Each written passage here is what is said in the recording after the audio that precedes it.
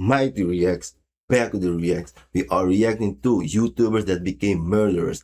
This video is by Chillin' Scares, so let's react. VinnyBad118 was a YouTube channel owned and operated by Vincent Badaloro from New Jersey. He'd been active on YouTube since 2021 and mainly streamed himself playing sports games like MLB The Show. On September 30, 2025, he went live with another one of these streams. And for someone stumbling onto this live broadcast, nothing about it felt odd. That is, until they started watching and noticed his chat asking him odd questions like, "Are you going to jail?" and "How are you going to get paid in jail?" Things became even more strange when some of his viewers started calling him a killer over and over again. However, this label wasn't an exaggeration. As it turned out, Vincent was hosting this stream less than a day after allegedly ending the lives of 2 teenage girls in a neighboring town, and he didn't seem the least bit remorseful. The incident happened on September 29th, just before 5:30 p.m. 17-year-old Maria Neotis and Isabella Salas were riding e-bikes in a residential neighborhood in Cranford, New Jersey, when they were suddenly hit by a speeding car seemingly out of nowhere. The crash was loud enough to get the attention of nearby residents. People rushed to help. Unfortunately, it was already too late. And bro, this guy did seems not even to care because bro, this guy went on live, just kept on going with his life. Bro, was he drunk or he did it on purpose? Like, bro. But those calls to police sounded like moments after Maria Neotis and Isabella Salas were mowed down by a black SUV driven by another teenager. There's a girl on the road and there's a car. Oh my God, please hurry. So there's 2 females? By the time first responders arrived at the scene, both girls had already passed away. But what made the incident even more disturbing was just how shockingly violent it was. Later investigation revealed the car was going close to 70 miles per hour or over 110 kilometers an hour in a neighborhood with a speed limit of just 25 miles per hour or roughly 40 kilometers per hour. The resulting collision sent the girls flying across the street, with one victim coming to rest approximately 100 feet from the impact site. According to eyewitness reports, the driver tried to drive away immediately after the incident, but the crash was so violent that the impact had lodged one of the e-bikes into the car, forcing the driver to ditch it and flee on foot.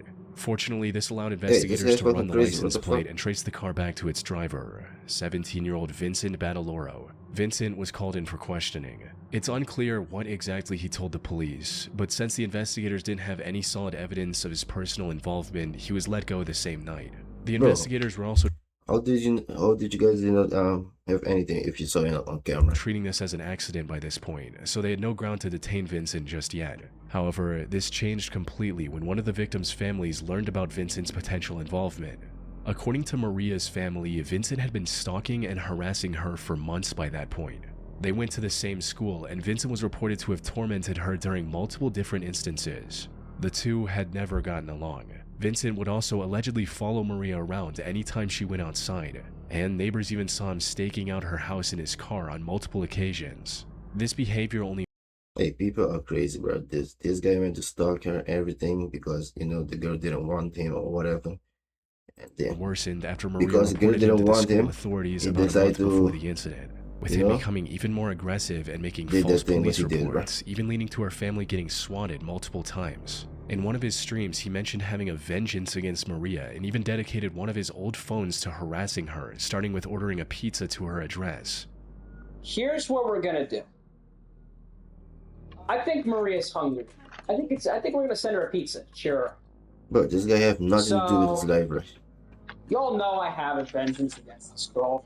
I'm gonna call a pizza to her house. You want her and he don't want you, and she don't want you? Investigation also revealed that Vincent's own parents had called the police 4 times regarding his increasingly violent and out-of-control behavior over the last few months. He was becoming more erratic, and combined with Maria getting him in trouble at school, was likely harboring deep resentment towards her. Put simply, there was a strong chance that what happened wasn't an accident. He possibly wanted to take his anger out on Maria, and Isabel was just collateral in his messed up plan. Now, while the investigators were piecing all this together, Vincent decided to go live on YouTube and pretend like everything was completely normal.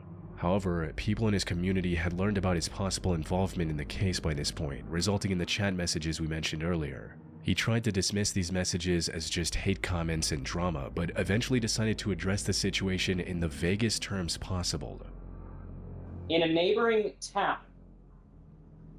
unfortunately, 2 girls were killed in You killed them, a bro. hit-and-run crash. Bro, you did it. Now, Everybody know that, bro. there has been a lot of misinformation going on over the internet. It is an absolute unfortunate situation, and there's more to the story that you're not getting. But when the time comes, I will explain it in greater detail. Like, he bro, was likely right there, you speaking this way just to avoid an accidental admission of guilt. just told you However, you did it, but this you don't want to stream speak could about still it. help investigators bring him to justice. You see, while he was live on YouTube, investigators were gathering evidence to prove that he was behind the wheel. This led to the discovery of ring camera footage from a nearby street, showing him speeding in the neighborhood before the incident and then walking back on foot minutes after everything went down. This, combined with eyewitness testimonies, allowed investigators to arrest him a day later on October 1st and charge him with 2 counts of first-degree murder. His channel has since been terminated by YouTube. Prosecutors are also pushing to have Vincent tried as an adult to secure the full sentence they believe he deserves. Yeah. I'm recording this because, Bro, the situation is effed up, man, because, bro, 2 girls lost their life because one man, you know, I want my daughter to know that was upset because the girl didn't like him and decided to stalk her and harass her, and then at the end decided to do that, and then got the other girl involved in that situation. Bro, people are sick. I love you, Mackenzie Pascal. I'm so sorry that I've done this. I want you to know that you mean everything to me. This was the final video 48-year-old Trent Pascal uploaded to YouTube on October 21st, 2020. His content up until that point was a mix of family vlogs, DIY tips, and RC toy reviews. He came across as a laid-back, middle-aged dad enjoying time with his family, but the video he uploaded in October 2020 was different. It wasn't a wholesome vlog or toy review with his kids. Instead, this was a confession Trent posted to YouTube after committing a heartless crime just so he could paint himself as the victim. The day started off rough with Trent having a massive argument with his wife, Savannah. Details of what exactly caused this argument are unknown, but according to some reports, it had something to do with Trent's overprotective and envious personality. He was reportedly very insecure about the 18-year age gap between him and Savannah. He saw anyone even remotely close to her as a threat and tried to control every aspect of her life, which also led to many clashes between the two over the years. Regardless of the reason, the argument on October 21st ended with Savannah dropping their 2 kids at school and then driving over to live at their mother Shirley's house in Lamarck, Texas. Neighbors also saw Trent storming out not long after. Savannah and Shirley went out to check on the kids at school later that day before returning home at around noon. Shirley went straight to the master bedroom to freshen up, but nothing could have prepared her for what was waiting for her inside. The moment she stepped into the bathroom, Trent leaped out from behind the shower curtain with a firearm in his hand. And before she could even register what was going on, Trent announced that he was going to end both her and Savannah and opened fire. Fortunately, he missed the mark, giving Shirley the opportunity to escape to a neighbor's house and call for help. Sadly, Savannah wasn't as lucky. Trent managed to shoot her twice in the stomach before fleeing the scene. She was rushed to the hospital, but passed away shortly after. Though, while Savannah was fighting for her life, Trent uploaded this video to his now deleted second channel explaining his reasoning for the heinous crime. He accused Savannah of cheating on him and claimed that she was the one who made him do this. Bro, there's no explanation, bro. You cannot go kill somebody or your wife just because they cheat on you or whatever. Like, bro. However, to most people who came across this video, it was clear that Trent posted the video so he could portray himself as the victim. He even seems to try a fake crime multiple times during the video, but fails to shed a single tear. Many also assumed the cheating accusation was likely false, but even if it wasn't, it was still no justification for taking her life. That's why, bro, you cannot just take people's life just because of cheating, was the very end, which showed Trent. Like, bro, it can hurt your heart like that. You can, those things happen. But, bro, to take somebody's life because of cheating and maybe or you're also lying about that just to play the victim, but like, bro, there's no reason to kill hearing somebody. a noise and immediately rushing to hide in a dark room. Closely listening to this section revealed a plastic rustling noise, similar to what shower curtains sound like when moved. In other words, Trent was possibly recording this final message in Shirley's home moments before they arrived, and then quickly ran to the bathroom when he heard the two pull into the driveway. He fled Lamarck immediately after committing the crime, prompting a statewide manhunt. This ended with the police tracking him down to a Walmart parking lot in Houston later the same day. However, Trent drew his firearm on the officers and refused to back down despite repeated warnings. This left deputies with no choice but to open fire, hitting him several times across the abdomen. He was then taken to a hospital where he spent over a month recovering from his wounds. He was eventually booked into the Galveston County Jail on charges of murder, aggravated assault, and possession of a firearm. Now, this is usually where stories like this end, but that's not what happened with Trent. Despite the deeply violent nature of his crimes, he was allowed to leave on bail after paying $550,000. He was fitted with a GPS ankle monitor and ordered to stay at his mother's house until his conviction. Trent initially complied with these orders, but on April 13th, 2021, he removed his ankle monitor, stole a car at knife point after taking it on a test drive from a dealership, and vanished without a trace. This triggered a massive multi-state manhunt. The police spent months looking for Trent, but he was still nowhere to be found. This also left Savannah's family in a constant state of fear, as Trent could show up at any time to cause further harm. The run finally ended, you know, 9 months later, in January 2022, when the U.S. Marshals received a tip that a man matching Trent's description was staying at a small RV park in Ocala, Florida. Officers rushed to the scene and surrounded a van where they believed he was hiding. But before they could break in and apprehend Trent, he decided to end everything on his own, robbing Savannah's family of seeing any justice through the legal system. That's sad for the family, bro. Lane Maurice Davis joined YouTube all the way back in September 2009 under the name Seattle for Truth. Most of his videos have since been deleted by YouTube for policy violations, but they were mainly about right-wing political commentary and rants about current events. Some of these videos also revolved around Lane trying to prove various conspiracy theories. Lane also did an internship under British far-right commentator Milo Yiannopoulos at one point, though it didn't last very long. So his YouTube channel was the only thing Lane focused on for most of his adult life. But while he did have a sizable following across socials, most of his videos didn't attract enough viewers to provide a sustainable income. This forced Lane to live with his parents and rely on them for monetary needs, which apparently was a major source of tension in their relationship. His parents also had differing political views from their son, leading to frequent arguments, especially with his father Charles. And the back and forth on the night of July 14, 2017 started off as no different. As the argument became more heated, his mother Catherine dialed 911 and calmly asked for assistance, stating, "He's not physically threatening us or anything, he just gets out of control and he's ranting about stuff from the internet. He's not working and he just gets on these rampages and he just needs to move on. He just lives on the internet and he gets really worked up about everything that's going on. He needs an intervention of some kind here."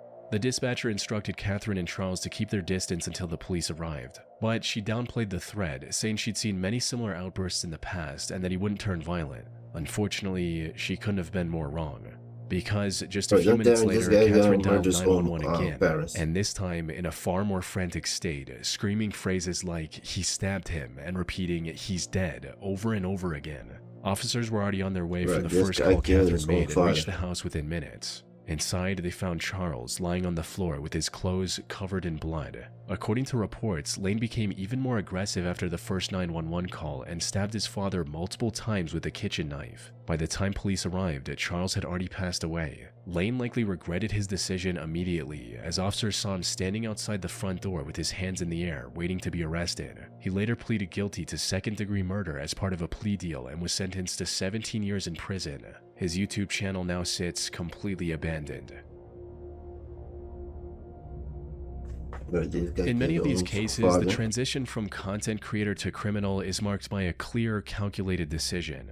But with Jessica Worsham, known online as the Indigo Mystic on YouTube, the path was much more blurred, with her channel serving as a digital diary for a woman who was visibly losing her grip on reality. Jessica started her channel in 2013 to post occasional videos on whatever topics grabbed her interest that day. Her content was relatively harmless, with nothing too attention-grabbing, at least at first. As her personal life began to fracture, the tone shifted dramatically. It started with her getting divorced from her husband. It's unclear what the reason for this divorce was, possibly something to do with her deteriorating mental state. Regardless of the reason though, it left her in charge of her 2 daughters. However, she didn't have any place to stay at the time. So, one of her friends allowed her to stay at one of their properties for free until they found a buyer for it. They were likely expecting to sell the home in a few months, but the process ended up taking 3 long years. And when it was finally time to hand over the keys, Jessica intervened.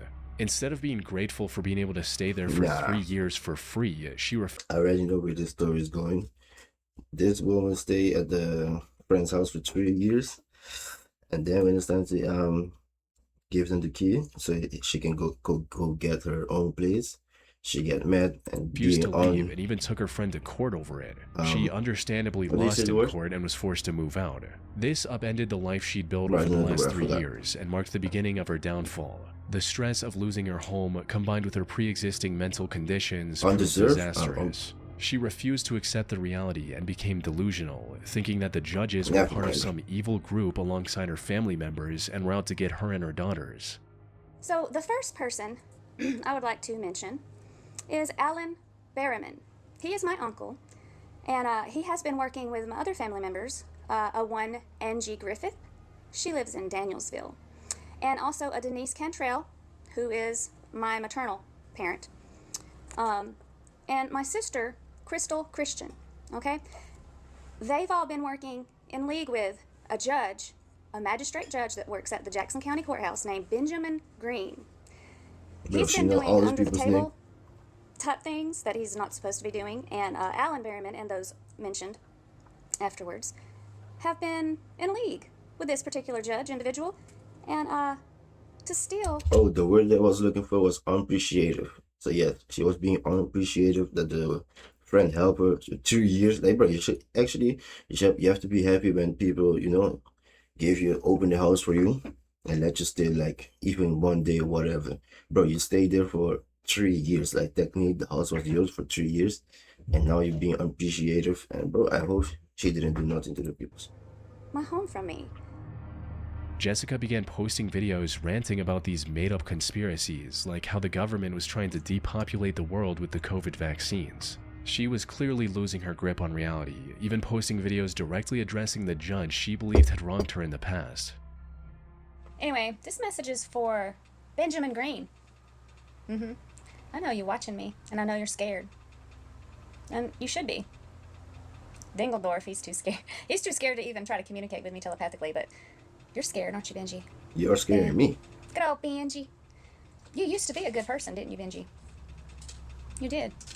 You used to actually have the desire for justice. And the desire to do good by people. What happened? What happened? Did you let the greed of the world get to you?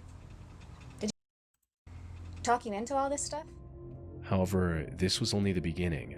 The situation truly began to unravel when her ex-husband filed for custody of their 2 daughters in mid-2021.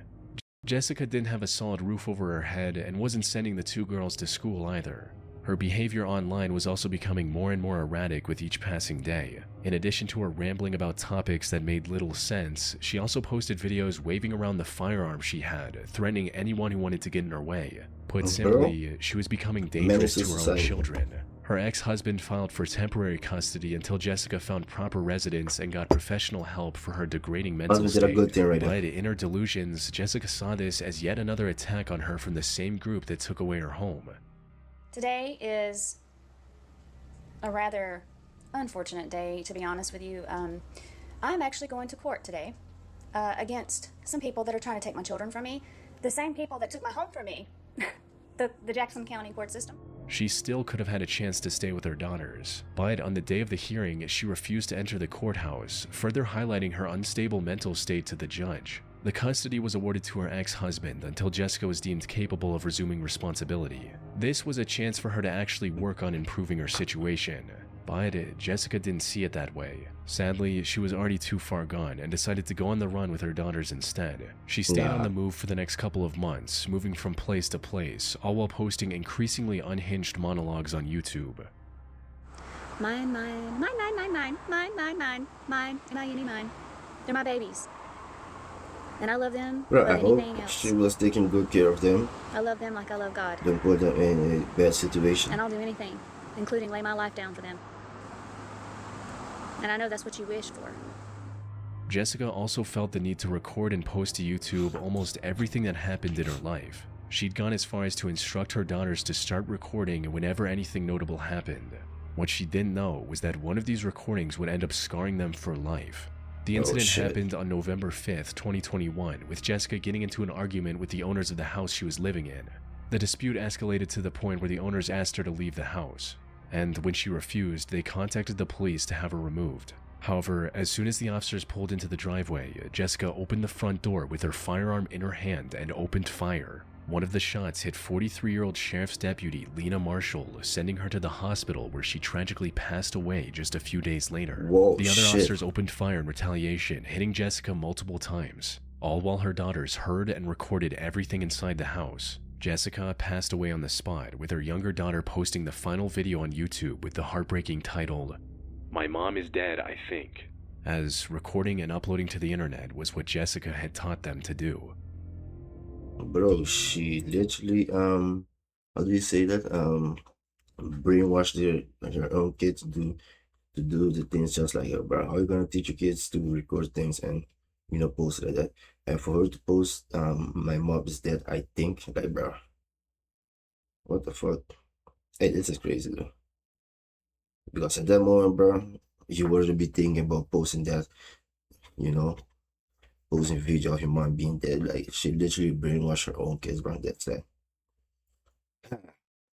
Yes, guys, we reached the end of the video, but this was a crazy situation. All of these situations are crazy. So yeah, guys, I will see you guys in the next video. Gone.